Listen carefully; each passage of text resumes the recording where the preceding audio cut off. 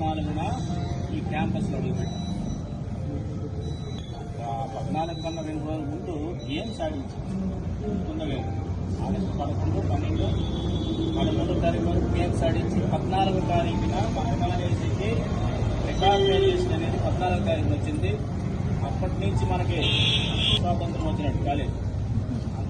అంతవరకు ఎస్ఎఫ్ఐలో లేకపోతే ఇంకెవరో దేశానికైతే ఆగస్టు 15 అనేది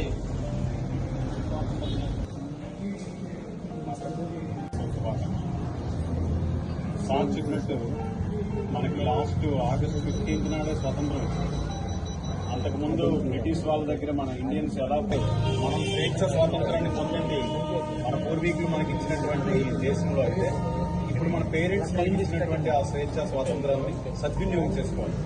సంపాదిస్తే అదే మీరు మీ కుటుంబానికి ఇచ్చినటువంటి ఒక గిఫ్ట్ అవుతుంది. అదే సమాజంలో ఒక సత్ప్రవర్తన కలిగి మనం ఉండాలి. దేశానికి సంబంధించినటువంటి అంటే మన